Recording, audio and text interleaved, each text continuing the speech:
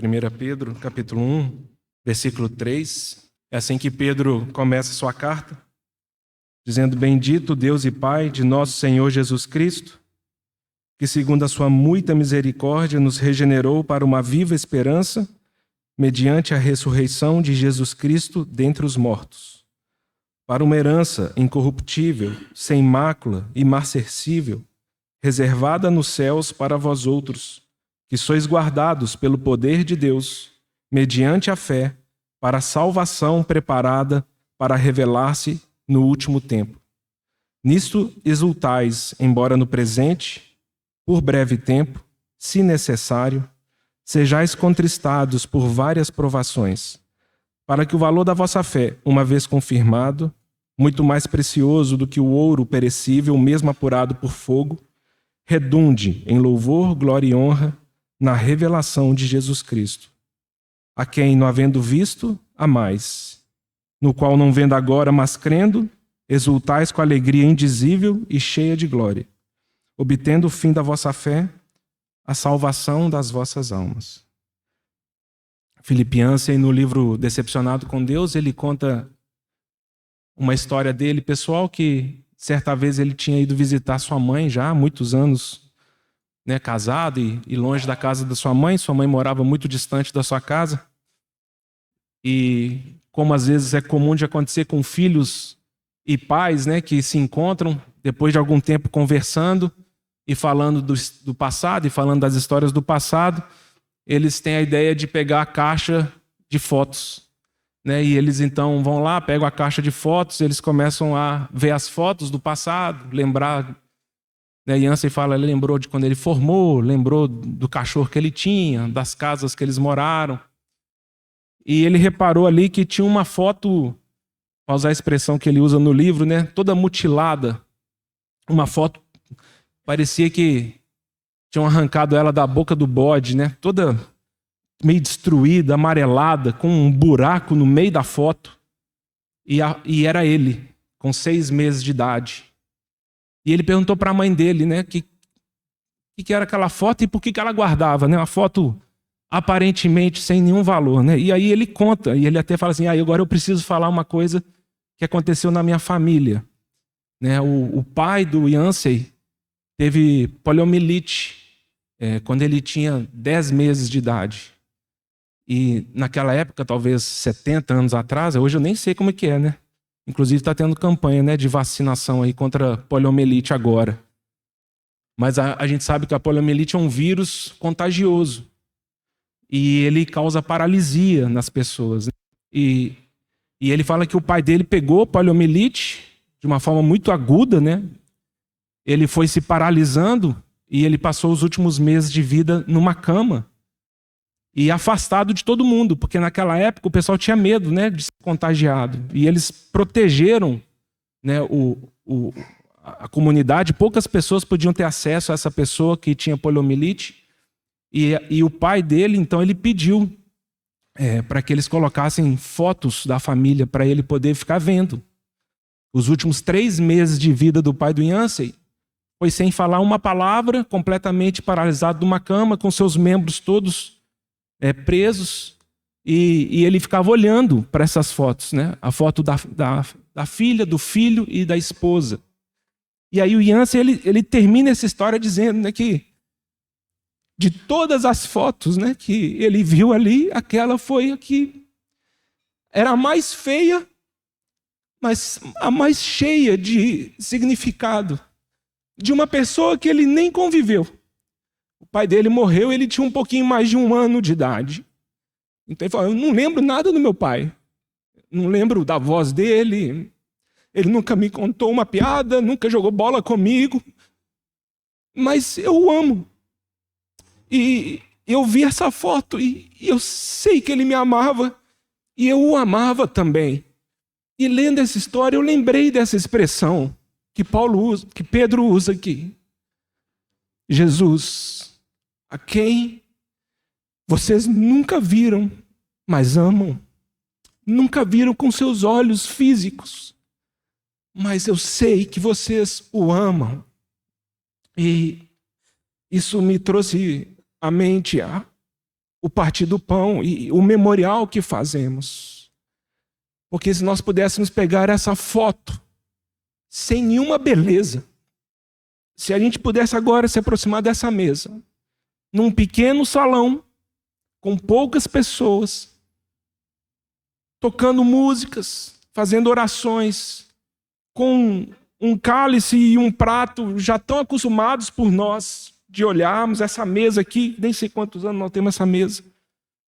Quais são os valores? O que fala ao nosso coração?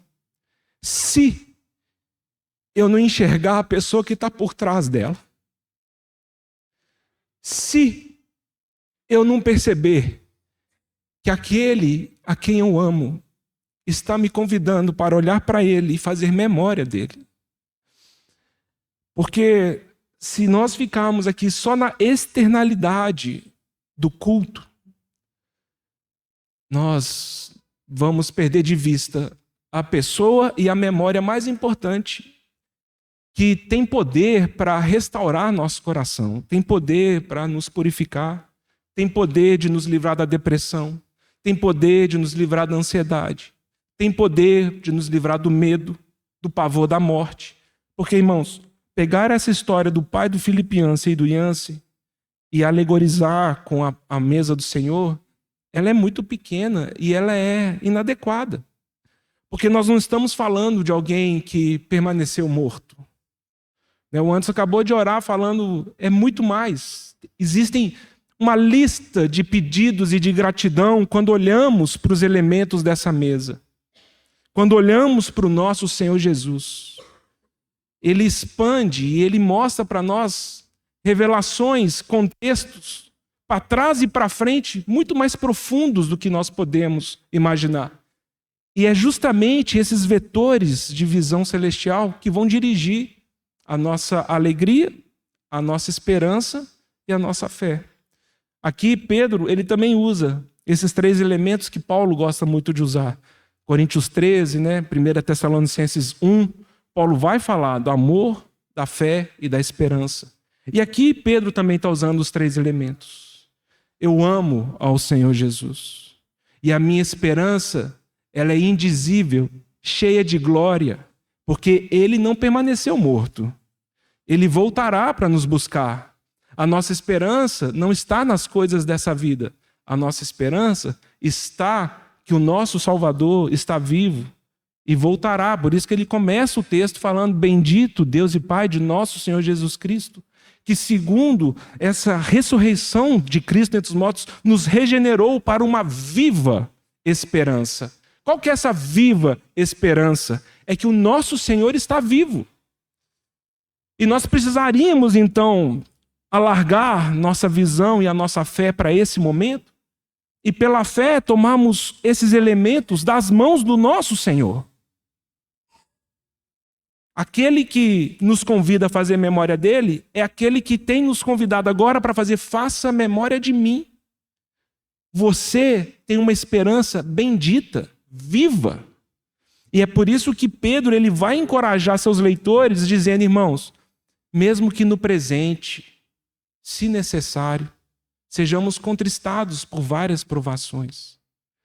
O Senhor não tem prometido para nós uma vida sem provações, uma vida que não tem tribulação. E qualquer decepção nossa nesse sentido é uma infantilidade nossa espiritual e uma falta de leitura bíblica. O Senhor não está falando que a nossa vida não vai passar por provações. O que o Senhor está falando por meio de Pedro é: tudo que você vai passar aqui é pequeno comparado com a revelação de Jesus Cristo. E eu vou falar um segredo para vocês. Todas as situações que vocês estão passando, elas são oportunidades para que o fogo do Espírito Santo prove a fé de vocês. E a fé de vocês seja como aquele ouro que, ao passar pelo fogo, saia mais puro. Então, todos nós aqui temos esse desafio. Quando chega a fornalha das provações, nós podemos ficar com medo de adentrar nelas pelo poder do Espírito Santo. Ok, sua fé não será apurada. Sua fé não será depurada. A sua fé não será fortalecida. O que Pedro está falando, irmãos, prestem bastante atenção. Os problemas que você passa são oportunidades para sua fé ser fortalecida. Não fuja do fogo das provações, porque é por meio desse fogo que o Senhor nos fará pessoas mais santas, obtendo o fim da nossa fé, a salvação das nossas almas. Jesus, a quem não tendo visto amais, o qual, não vendo agora, mas crendo, exultais com alegria indizível e cheia de glória. Por que talvez nós não damos esse testemunho? Porque ao ver o memorial, isso não fala ao meu coração, porque outras coisas ganharam o meu amor. E é esse o resgate que o Senhor quer fazer conosco. Que o seu amor seja para mim. Se o seu amor for para mim, esse momento será singular na sua história. Se você estiver aqui fazendo memória de mim, eu farei uma transformação na sua fé, fortalecerei a sua esperança e você terá poder para enfrentar os fogos da tribulação ao longo da semana.